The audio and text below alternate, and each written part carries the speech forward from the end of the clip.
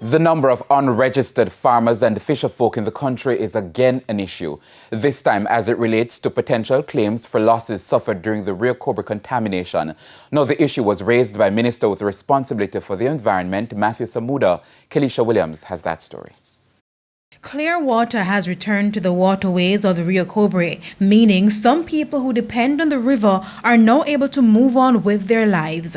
But others are still being assessed for the loss they suffered. And judging by Minister Matthew Samuda's comments, the final bill will be huge. The economic impact is still being quantified, but there is no doubt in my mind that when that final number is calculated, it will be significant.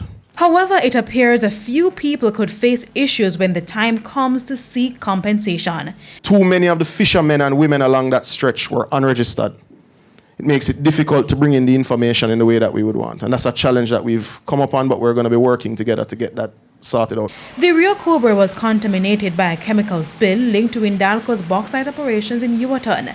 But Minister Samuda explained that the Rio Cobre has been abused for years by large corporations and ordinary residents alike. There's an issue of agricultural waste. There's an issue of manufacturing waste. There's an issue of illegal construction waste. He said following the spill, work has been done to restore the river to its former state, while those who need help with water will continue to receive help.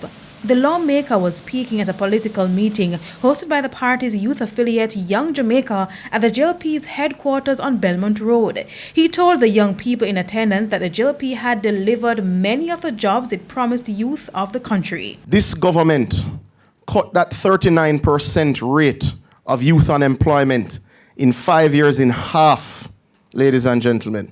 So a half of the young people who were looking for jobs and couldn't find jobs during that period have been employed.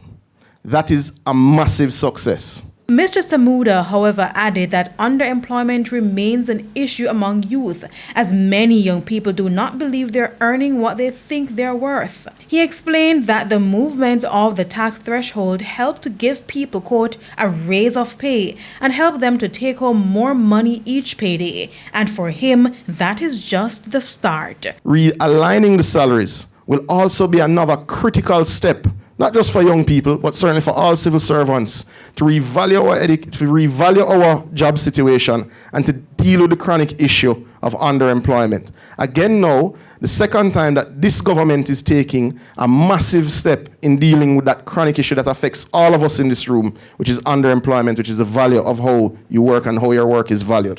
Kelisha Williams, TVJ News.